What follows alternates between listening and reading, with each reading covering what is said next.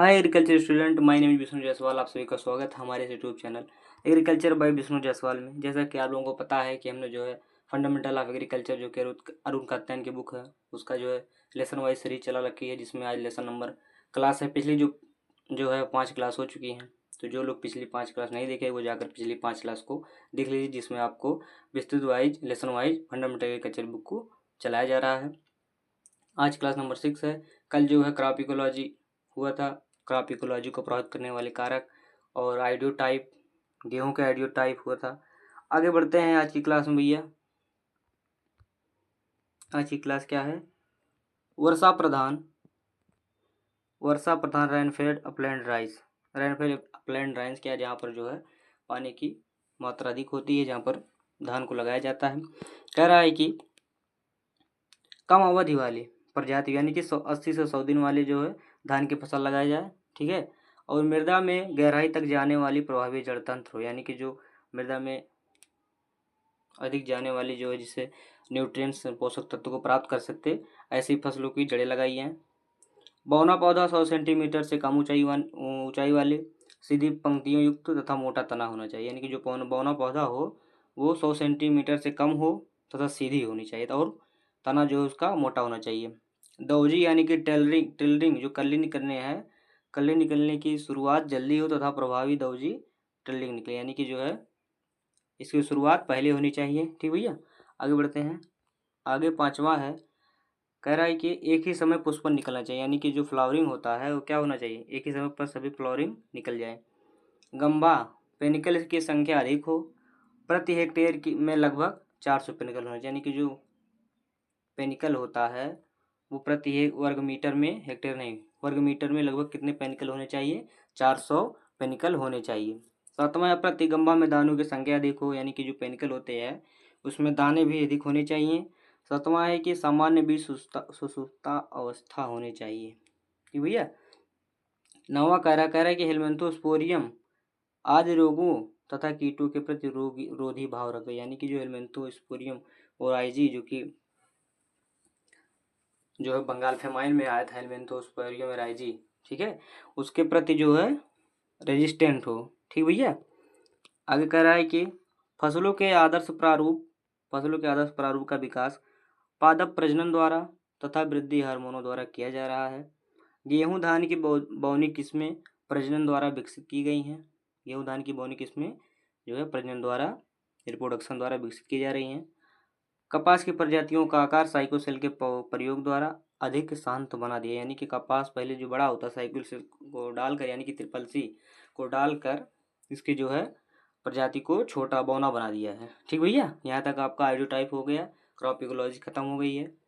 आगे हम बात करने वाले हैं, आगे भैया जिसका जो हमने थंबनेल बनाया है वो कौन सा है, वो क्या है? वो है कृषि जलवायु क्षेत्रीय योजना, एग्रो क्लाइमेटिक रीजनल प्लानिंग, ठीक भैया। ये क्या है? कृषि जलवायु क्षेत्रीय योजना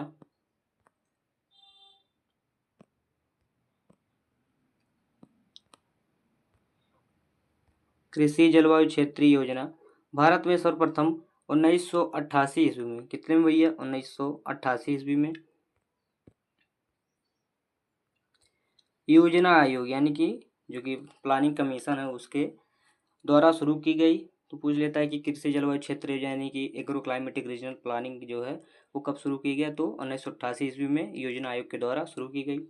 अर्थात इस क्षेत्रीय योजना की शुरुआत संतुलित क्षेत्रीय विकास के लिए कृषि जलवायु कारकों को आधार बनाकर 7वीं पंचवर्षीय योजना के दौरान हुई, यानी कि जो 7वीं पंचवर्षीय योजना थी जो कि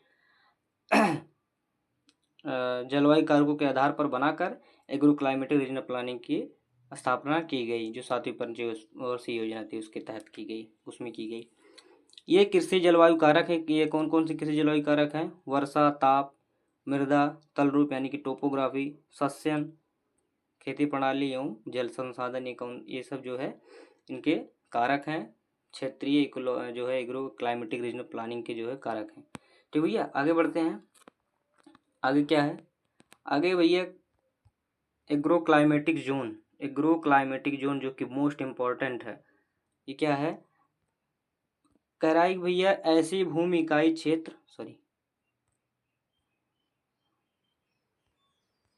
ऐसी भूमि इकाई क्षेत्र जिसका मुख्य जलवायु कुछ विशिष्ट फसलों और प्रजातियों के लिए उपयुक्त होता है। कहने का मतलब ऐसी मुख्य जलवायु यानी कि जो जलवायु वहाँ की ऐसी होनी चाहिए जो वहाँ पर वह जलवायु उस विशेष फसल के लिए मुख्य हो, यानी कि वहाँ पर ऐसी जलवायु केवल वही फसल उगा सकते हैं जहाँ पर ऐसी जलवायु हो।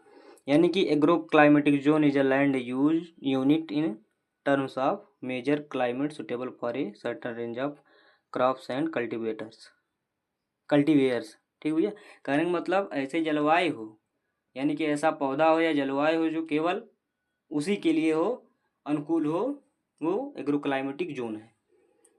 ठीक भैया, आगे बढ़ते हैं। आगे कह रहा है कि क्षेत्र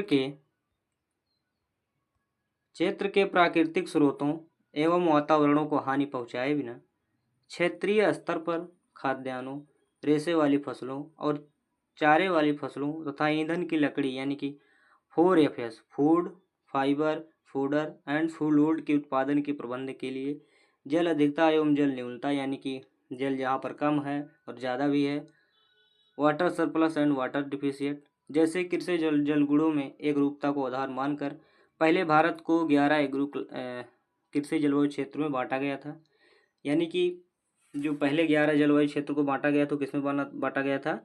4FS यानी कि फूड, फाइबर, फोडर एंड फूलवुड को आधार मानकर 11 एग्रो क्लाइमेटिक जोन में बांटा गया था। लेकिन बाद में क्या कह रहा है भैया? कह रहा है कि लेकिन बाद में क्रॉपिंग सिस्टम को जोड़कर यानी कि अर्थात जल अधिकता, जल न्यूनता तथा श्वसन प्रणाली के आधार पर भारत को 15 कृषि जलवायु क्षेत्र में विभाजित किया गया।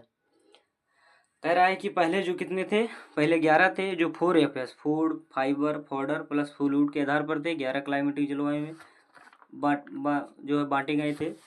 अब क्या कर दिया? अब इसको 15 जलवायु क्षेत्रों में बांट दिया गया है।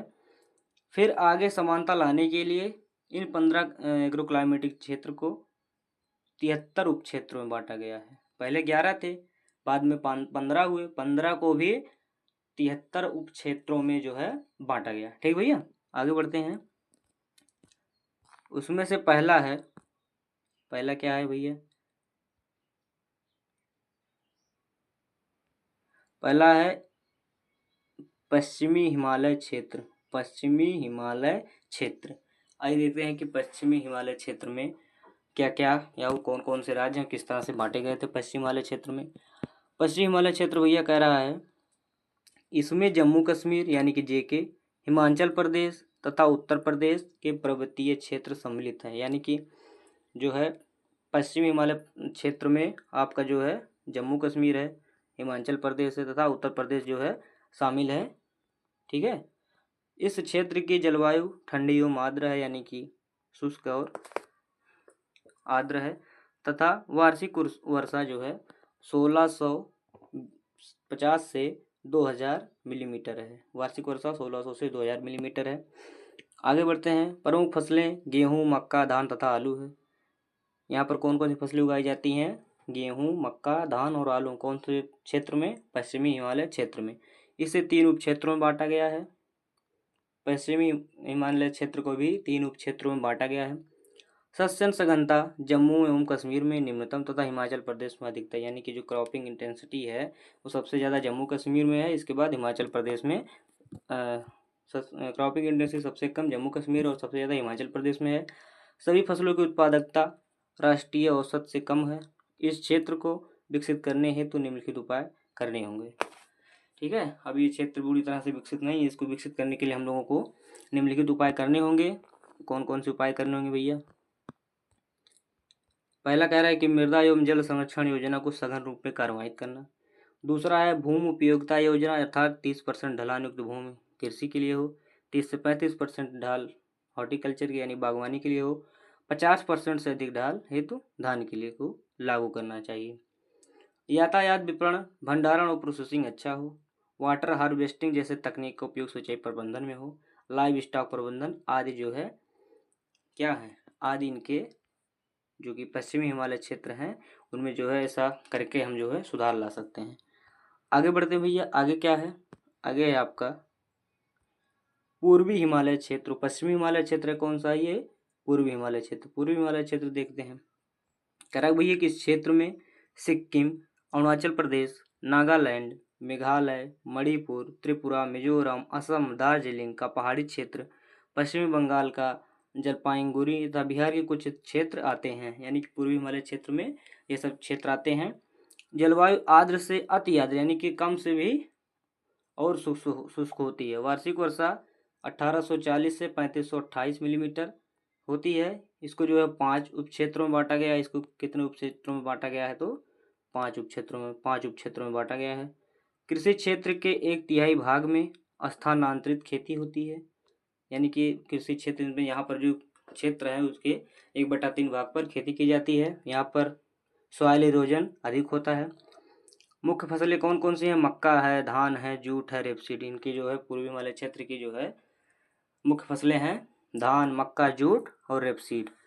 इस क्षेत्र के विकास के लिए हम लोगों को निम्नलिखित उपाय करने होंगे, जिसमें से पहला कह रहा है कि प्रत्येक वाटर शेड के लिए मृदा एवं जल संरक्षण, यानी कि जो वाटर है उसके लिए क्या करना पड़ेगा, मृदा एवं जल संरक्षण करना पड़ेगा।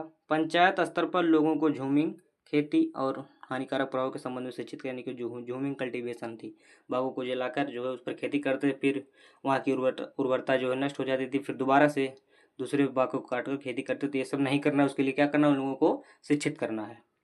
विपणन, ट्रांसपोर्टेशन, प्रोसेसिंग तथा भंडारण आदि संबंधी वस्तुएं उपलब्ध कराना है।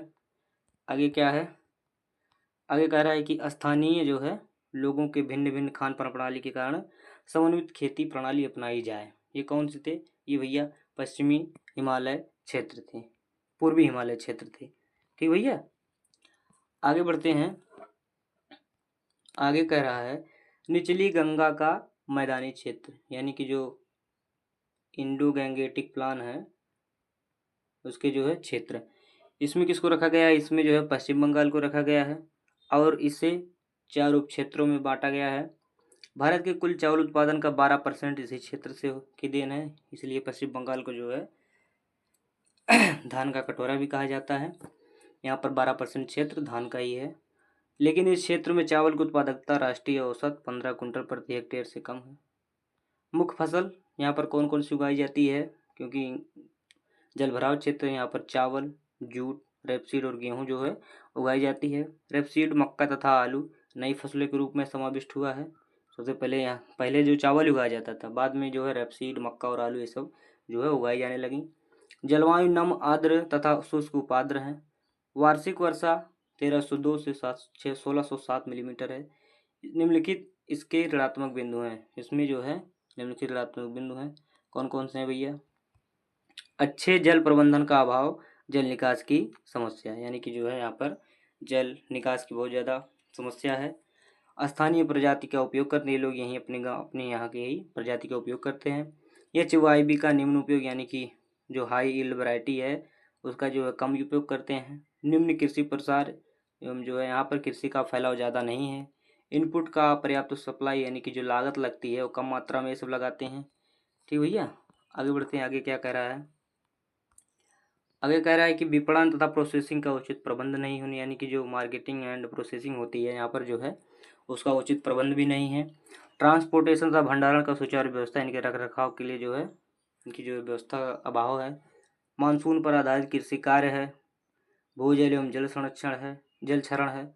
अशिक्षित एवं गरीब किसान है। विद्युत सप्लाई का अभाव। ये कौन से हैं, ये जो है पश्चिमी हिमालय निचली गंगा का मैदानी क्षेत्र के अंतर्गत आते हैं। ये इन सब में जो है यहाँ पर कारक हैं निचली गंगा के मैदानी क्षेत्र में। ठीक भैया, आगे बढ़ते हैं। मध्यवर्ती गंगा का मैदानी क्षेत्र, मध्यवर्ती गंगा का मैदानी क्षेत्र। ठीक भैया, ये क्या कह रहा है, कह रहा है कि उत्तर प्रदेश का पूर्वी क्षेत्र तथा बिहार का मैदानी भाग, उत्तर प्रदेश का पूर्वी क्षेत्र तथा बिहार का मैदानी भाग जो है मध्यवर्ती गंगा का मैदानी क्षेत्र में आते हैं। ठीक है, कुल फसली क्षेत्र का 40% क्षेत्र ही सिंचित, यानी कि यहाँ पर जो है कि जितना फसल जो उगाई जाती है उसका केवल भूमि पर फसल उगाई जाती है उसका केवल 40% क्षेत्र ही सिंचित है। सस्यन सघनता यहाँ पर 142% है, भारत की 127 है। चावल की निम्न उत्पादकता, यहाँ पर जो है मध्यवर्ती गंगा का मैदानी क्षेत्रों में जो है सस्यन सांद्रता 142% है। भारत की टोटल कितनी है? 127% है, वर्तमान में बदल चुकी है। पूर्वी उत्तर प्रदेश को 3 उपक्षेत्रों तथा बिहार को 9 उपक्षेत्रों में विभक्त किया गया है। वार्षिक वर्षा 11 से 1170 मिलीमीटर होती है। मुख्य फसलें गन्ना, धान, मक्का तथा गेहूँ हैं। जलवायु नम्य उपाद्र से शुष्क उपाद्र होती है। ठीक भैया, ये क्या थी? ये मध्यवर्ती गंगा का मैदानी क्षेत्र था। आगे है 5वां, ऊपरी गंगा का मैदानी क्षेत्र। ऊपरी गंगा का मैदानी क्षेत्र, इसके अंतर्गत भैया देखते हैं कौन कौन सा राज्य है। उत्तर प्रदेश का शेष क्षेत्र इसके अंतर्गत रखा गया, यानी कि उत्तर प्रदेश का जो उधर था वो कौन सा था? वो मध्यवर्ती गंगा का मैदानी क्षेत्र था। अब जो बचे राज्य हैं वो किस में रखे गए हैं? ऊपरी गंगा का मैदानी भाग में रखा गया है। इसके 3 उपक्षेत्र हैं। जलवायु शुष्क उपाद्र से अर्धशुष्क तथा मिट्टी दोमट किस्म की है। वार्षिक वर्षा 721 से 979 मिलीमीटर। मुख्य फसल धान, गेहूँ, मक्का तथा गन्ना। सिंचाई सघनता 131% तथा शस्य सघनता 145%। सिंचाई नहर तथा ट्यूबवेल के द्वारा होती है। सब्जियों तथा फलों की वैज्ञानिक ढंग से खेती करने के लिए विशेष योजना बनाई गई है। दूध उत्पादन तथा प्रोसेसिंग संबंधी ये इकाई स्थापित किए जा रहे हैं, क्योंकि यहाँ पर डेयरी का भी विकास होने लगा है। उत्तर प्रदेश में 4 कृषि जलवायु सम्मिलित हैं। उत्तर प्रदेश जो इसमें जो है 4 कृषि जलवायु सम्मिलित हैं, जिसमें से पहला है पश्चिमी हिमालय क्षेत्र। पश्चिमी हिमालय क्षेत्र मुख्यतः किसके लिए है? मुख्यतः हॉर्टिकल्चर के लिए, यानी बागवानी के लिए है। मध्यवर्ती गंगा का मैदान है दूसरा। तीसरा है ऊपरी गंगा का मैदान। चौथा है मध्यवर्ती पठारी एवं पहाड़ी क्षेत्र। ठीक भैया, ये कौन से थे? ये ऊपरी गंगा का मैदानी भाग थे। आगे बढ़ते हैं। 6वां क्या कह रहा है? गंगा के पार का मैदानी क्षेत्र। कह रहा है भैया कि गंगा के पार का मैदानी क्षेत्र। गंगा के मैदानी पार क्षेत्र में जो कि इसमें जो है पंजाब, हरियाणा, दिल्ली, शिवालिक क्षेत्र, श्रीनगर मैदानी भागों का अर्ध शुष्क क्षेत्र, थार, राजस्थान का शुष्क क्षेत्र रखे गए हैं। इष्टतम फसली क्षेत्र नेट सोन एरिया तथा सिंचित क्षेत्र सबसे अधिक है। सस्यन सघनता अधिकतम होती है। गरीबी न्यूनतम, भूमिगत जल का अधिकतम उपयोग होता है। ये सब जो है ट्रांसजेनिक गैंगेटिक प्लान के अंतर्गत आते हैं, प्लेन्स के अंतर्गत आते हैं। यहाँ पर जो है निम्नलिखित बिंदुओं पर जो है हम लोगों को ध्यान देना चाहिए। जिसमें से पहला है जल प्रबंधन अच्छा होना, यानी कि जल निकास का या जल प्रबंधन का उचित व्यवस्था होना चाहिए। भूमिगत जल का उपयोग अधिक होना चाहिए। फसलों का डाइवर्सिफिकेशन यानी कि क्रॉप रोटेशन अपनाना चाहिए। सस्यन प्रणाली में लेग्यूमिनेसी फसलों का समावेश करना चाहिए। उचित पशुपालन और चारा प्रबंधन भी करना चाहिए। आगे बढ़ते हैं। आगे क्या दिया है? आगे कह रहा है कि सब्जियां तथा फल तथा चारा के अंतर्गत कृषि क्षेत्र को बढ़ाया जाना चाहिए। सब्जियां, फल तथा चारा के अंतर्गत कृषि क्षेत्र को भी बढ़ाना चाहिए। यहाँ पर जो है खेती को भी बढ़ाना चाहिए। ठीक भैया, ये कौन से थे? ये गंगा के पार का मैदानी क्षेत्र थे। ठीक भैया, आगे कह रहा है 7वां क्या है? 7वां क्या है भैया? 7वां कह रहा है पूर्वी पठारी और पहाड़ी क्षेत्र। ये क्या है? वेनगंगा मध्य प्रदेश के पूर्वी पहाड़ी क्षेत्र, अंदरूनी उड़ीसा, छोटा नागपुर पठार पश्चिम बंगाल का पहाड़ी क्षेत्र तथा छत्तीसगढ़ इसके अंतर्गत रखे गए हैं। इसे 5 उप क्षेत्रों में बांटा गया है। जलवायु नम्य उपाद्र से शुष्क उपाद्र, सबह्यूमिड। वार्षिक वर्षा 1271 से 1436 मिलीमीटर। मुख्य फसलें कौन कौन सी उगाई जाती हैं? धान, गेहूँ, मक्का, रागी, ये सब जो है मुख्य फसलें उगाई जाती हैं। आगे कह रहा है कि इस क्षेत्र के 67% छोटे और सीमांत किसानों के पास कृषि क्षेत्र का सिर्फ 25% भूमि है। कम गहराई वाले मृदा तथा उबड़ खाबड़ भूमि इसकी विशेषता है। सिंचाई मुख्यतः तालाब और ट्यूबवेल के द्वारा होती है। हॉर्टिकल्चर विकास योजना परियोजना जो है चलाई जा रही है यहाँ पर, इसमें पूर्वी पठार और पहाड़ी क्षेत्र में। ठीक भैया, आगे है 8वां क्या है भैया? 8वां कह रहा है मध्यवर्ती और पहाड़ी क्षेत्र। इसमें क्या आते हैं? इसमें आते हैं मध्य प्रदेश, उत्तर प्रदेश तथा राजस्थान के कई जिले लिए गए हैं। इसे 14 उप क्षेत्रों में विभाजित किया गया है। उबड़ खाबड़ मृदा, तल रूप तथा दर्रा पाए जाते हैं। वार्षिक वर्षा 400 से 1550 मिलीमीटर। जलवायु अर्ध शुष्क से शुष्क उपाद्र होती है। मुख्य फसलें गेहूँ, चना, ज्वार, बाजरा तथा धान होती हैं। 75% क्षेत्र जो है यहाँ पर वर्षा पर आधारित होता है, यानी कि 75% क्षेत्र जो है वर्षा पर आधारित है। जहाँ निम्नलिखित कार्यक्रम चलाए जा रहे हैं, यहाँ पर मध्यवर्ती पहाड़ी और पठारी क्षेत्र में निम्नलिखित कार्यक्रम चलाए जा रहे हैं, जिसमें से पहला है जल धारा प्रबंधन, यानी कि वाटर शेड मैनेजमेंट, यानी कि वाटर को इकट्ठा करना। फसल विभिन्नता, यानी कि क्रॉप डाइवर्सिफिकेशन, यानी कि बदल बदल कर क्रॉप को बोया जा रहा है। चौथा है दर्रा क्षेत्रों का सुधार किया जा रहा है। और अन्य कार्यक्रम भी चलाए जा रहे हैं, किसके अंतर्गत नहीं चलाए जा रहे हैं, ये मध्यवर्ती पठारी और पहाड़ी क्षेत्र के अंतर्गत चलाए जा रहे हैं। ठीक भैया, आगे बढ़ते हैं। नौवां क्या कह रहा है, पश्चिमी पठारी व पहाड़ी क्षेत्र। महाराष्ट्र का इसमें जो है मुख्य क्षेत्र आता है। मध्य प्रदेश का अधिकांश भाग तथा राजस्थान का कुछ जिला आता है। इसको 4 उप क्षेत्रों में बांटा गया है। अर्धशुष्क जलवायु होता है यहाँ पर, और 602 से 1040 मिलीमीटर वार्षिक वर्षा होती है। प्रायद्वीपीय क्षेत्र, इसका अधिकतम भाग इसके अंतर्गत आता है। मुख्य फसल यहाँ पर जो है ज्वार, बाजरा, कपास तथा गेहूँ होता है। इष्टतम यानी कि कम से कम फसली क्षेत्र जो है, नेट सोन एरिया जो है 65% है। जंगली क्षेत्र 11% है। सिंचित क्षेत्र 12.4% है। ठीक है। सिंचाई मुख्यतः नहर के द्वारा की जाती है। किसमें? 9वां है पश्चिमी पठारी व पहाड़ी क्षेत्र में सिंचाई मुख्यतः नहर के द्वारा की जाती है। हमारे देश का 50% ज्वार इसी क्षेत्र से आता है, यानी कि जो ज्वार है ये पश्चिमी पठारी और पहाड़ी क्षेत्र से ही 50% भाग आता है। ऑरेंज, अंगूर तथा केले की अच्छी उपज हेतु इस अच्छी उपज इसी क्षेत्र में होती है। इस क्षेत्र हेतु निम्नलिखित सलाह दी जाती है। आगे देखते हैं कौन कौन सलाह दी जाती है भैया।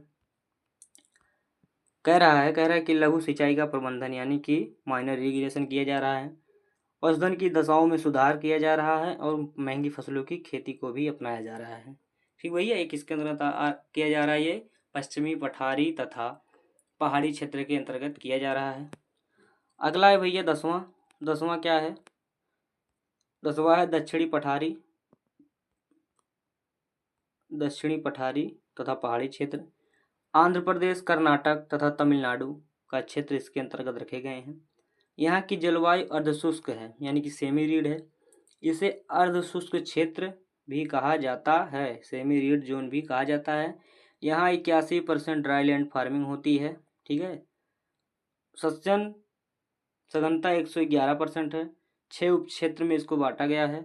वार्षिक वर्षा 677 से 1100 मिलीमीटर आंकी गई है। यहाँ कम मूल्य वाले फसल उपजते हैं। सलाह जो है दिया जा रहा है वो कौन कौन सी सलाह है? सलाह यह है कि भैया जलधारा वाटर शेड क्षेत्र में ड्राई लैंड तकनीक का समुचित उपयोग हो। उर्वरक की उपयोगिता दक्षता बढ़ाना चाहिए। लघु सिंचाई कार्यक्रम, यानी कि माइनर इरिगेशन प्रोग्राम जो है विकसित करना चाहिए। ये जो है दक्षिणी पठार तथा पहाड़ी क्षेत्र के सलाह दिए जा रहे हैं। ठीक भैया, आगे बढ़ते हैं। आगे है 11 नंबर। 11 क्या कह रहा है? पूर्व तटीय मैदान। कौन से भैया? पूर्व तटीय मैदान है। पूर्व तटीय मैदान है, इसके अंतर्गत उड़ीसा, आंध्र प्रदेश, पांडिचेरी तथा तमिलनाडु के कुछ जिले सम्मिलित किए गए हैं। इसे 6 उप क्षेत्रों में बांटा गया है। वहाँ की मृदा जलोढ़ यानी कि एलुवियल तथा तटीय बालू यानी कोस्टल सैंड से निर्मित है, यानी कि यहाँ पर जो है पूर्व तटीय मैदान बहुत उपजाऊ हैं, जलोढ़ हैं। ठीक भैया। सिंचाई नहर तथा तालाब के द्वारा होती है। जलवायु अर्धशुष्क से शुष्क उपार्द है। वार्षिक वर्षा जो है 780 से 1287 mm मापी गई है। मुख्य फसल चावल, मूंगफली, रागी, ज्वार तथा बाजरा है। देश के कुल चावल का उत्पादन लगभग 20.3% यहीं से होता है, पूर्व तटीय मैदान से। और कुल मूंगफली का 17.5% उत्पादन इसी क्षेत्र में उपजता है। लवणीय तथा क्षारीय मृदा यहाँ पर अधिक है। जल जमाव के कारण मछली पालन का विकास हुआ है। इसी क्षेत्र का 75% भाग वर्षा पर आधारित है।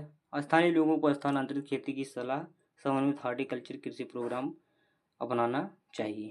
ठीक भैया, ये पूर्वी तटीय मैदान के जो है सलाह दिए जा रहे हैं। अगला है 12 नंबर।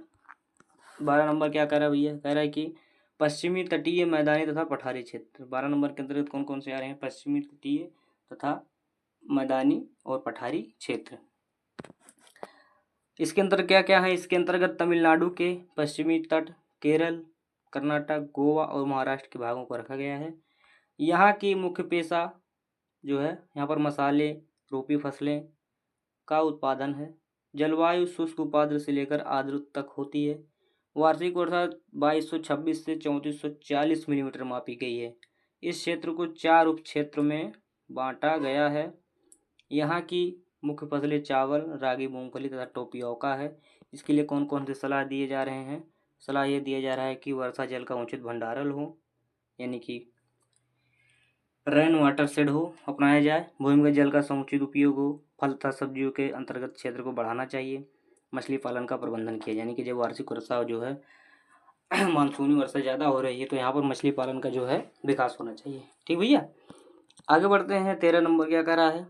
13 नंबर है गुजरात के मैदानी तथा पहाड़ी क्षेत्र। गुजरात के मैदानी तथा पहाड़ी क्षेत्र, इसके अंतर्गत गुजरात के क्षेत्र आते हैं। यहाँ की जलवायु शुष्क तथा निम्न वार्षिक वर्षा 340 से 1793 मिलीमीटर मापी गई है। कुओं तथा नलकूपे के द्वारा सिंचित क्षेत्र का 32.5% भाग सिंचा जाता है। यहाँ की मुख्य फसलें मक्का, गेहूँ, धान, मूंगफली, तंबाकू, कपास, ज्वार व बाजरा हैं। यहाँ क्षेत्र दलहनी फसलों के लिए प्रसिद्ध है। गुजरात के मैदानी तथा पहाड़ी क्षेत्र जो है वो किसके लिए प्रसिद्ध हैं? वो तिलहनी के लिए प्रसिद्ध हैं। अतः इसे तिलहनी क्षेत्र यानी कि ऑयल सीड रीजन भी कहा जाता है। इसकी सस्तेंस घनता 114% है। इस क्षेत्र का 60% भाग अकाल प्रभावित यानी कि ड्राउट प्रोन है। 78% क्षेत्र वर्षा पर आधारित है। इसके लिए कौन कौन से सलाह दिए जा रहे हैं? दिया जा रहा है कि वर्षा जल का उचित प्रबंधन होना चाहिए। ड्राईलैंड खेत तथा नहर एवं भूमिगत जल का प्रबंधन होना चाहिए। कृषि वानिकी तथा एरिड हॉर्टिकल्चर का उचित विकास होना चाहिए। ठीक भैया, ये 13वें जो एग्रो क्लाइमेटिक जोन थे वो गुजरात के मैदानी तथा पहाड़ी क्षेत्र थे, इसको जो है सलाह दिए जा रहे थे सुधार करने के। अब जो है 14 क्या कह रहा है भैया? 14 है आपका पश्चिमी शुष्क क्षेत्र। इसके अंतर्गत राजस्थान के केवल 9 जिले रखे गए हैं। यहाँ की जलवायु अत्यंत शुष्क है। गर्म बलुई थार, अधिक वाष्पीकरण, न्यून वर्षा, वार्षिक वर्षा 95 मिलीमीटर। कटीली झाड़ियों का होना जो पश्चिमी क्षेत्र में आता है। दुर्भिक्ष का प्राय संयोग किया जाता है यहाँ पर, और वन जो 1.2% वन, 4.5% चारागाह और 6.3% जो है किसिंची क्षेत्र है, और क्रॉपिंग इंटेंसिटी 105% है। इस क्षेत्र की मुख्य फसल बाजरा, चना, गेहूं, रेपसीड है। इस क्षेत्र को 2 मुख्य योजनाएं चलाई जा रही हैं। इस क्षेत्र में 2 मुख्य योजनाएं चलाई जा रही हैं। वो कौन कौन सी हैं? वो भैया हैं इंदिरा गांधी नहर, ठीक है, योजना है, और दूसरा है DDP यानी कि ड्रॉट डेवलपमेंट प्रोग्राम यानी कि सूखा विकास प्रोग्राम जो है यहाँ पर 2 योजनाएं कहाँ चलाई जा रही हैं? ये पश्चिमी शुष्क क्षेत्र में चलाई जा रही हैं। ठीक भैया, आगे बढ़ते हैं। 15 क्या कह रहा है? द्वीप समूह क्षेत्र। द्वीप समूह क्षेत्र, द्वीप समूह क्षेत्र अंडमान व निकोबार तथा लक्षद्वीप समूह को इस क्षेत्र के अंतर्गत रखा गया है। यहाँ की जलवायु आर्द्र है। वार्षिक वर्षा 3000 मिलीमीटर और लगभग 8 से 9 महीने तक होती है, यानी कि वर्षा जो है 8 से 9 महीने तक होती है। ज़्यादातर जंगली तथा उबड़ खाबड़ है। कुल फसल क्षेत्र 50% भाग का नारियल की खेती। यहाँ पर द्वीप समूह में जो है नारियल की खेती 50% भाग पर होती है। मुख्य फसल इसका जो धान और नारियल है, और 50% पर धान होती है। इस क्षेत्र के विकास हेतु निम्नलिखित बिंदुओं को ध्यान में रखा जा रहा है। ठीक भैया, कौन कौन से? इस क्षेत्र के हेतु फसल का विकास करना चाहिए। जल प्रबंधन, मछली पालन का वैज्ञानिक प्रबंधन। ठीक भैया, ये हो गए आपके 15 एग्रो क्लाइमेटिक जोन। ठीक भैया, अब बात करते हैं कृषि पारिस्थितिकी क्षेत्र यानी कि agro ecological region. Agro ecological region क्या है? आइए देखते हैं। एग्रो इकोलॉजिकल रीजन कह रहा भैया कि पर्यावरणीय क्षेत्र के 2 घटक होते हैं, यानी कि जो इकोलॉजिकल जो है रीजन होते हैं उसके 2 घटक होते हैं।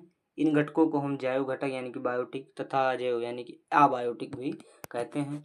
हमारे पर्यावरण में उपस्थित पेड़ पौधे, जीव जंतु सभी क्या है? सभी सजीव इसके जैव घटक कहलाते हैं।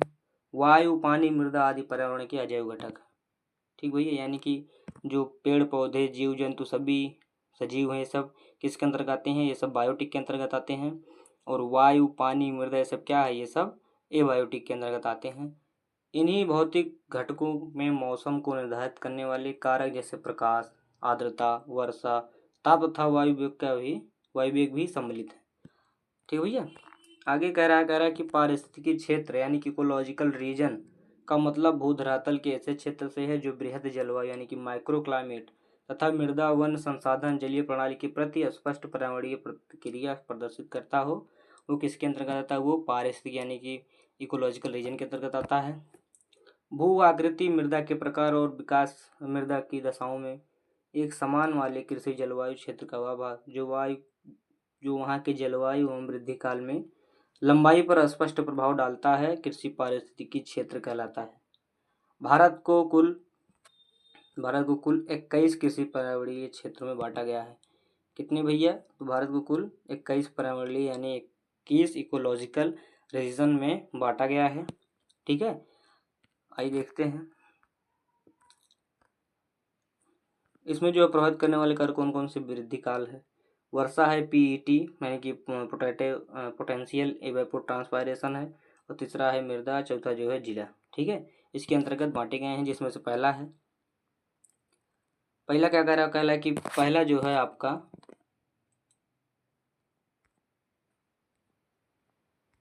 पहला है पश्चिमी हिमालय क्षेत्र 1 यानी कि पश्चिमी हिमालय क्षेत्र 1 है। इसको 21 इकोलॉजिकल जोन में बांटा गया है। पहला है पश्चिमी हिमालय क्षेत्र, दूसरा है पश्चिमी हिमालय शिखंड, पश्चिमी मैदान, और चौथा है दक्कन का पठार 1, पांचवा है दक्कन का पठार 2, उत्तरी मैदान तथा छठवां उत्तरी मैदान तथा मध्यवर्ती ऊंची भूमि, और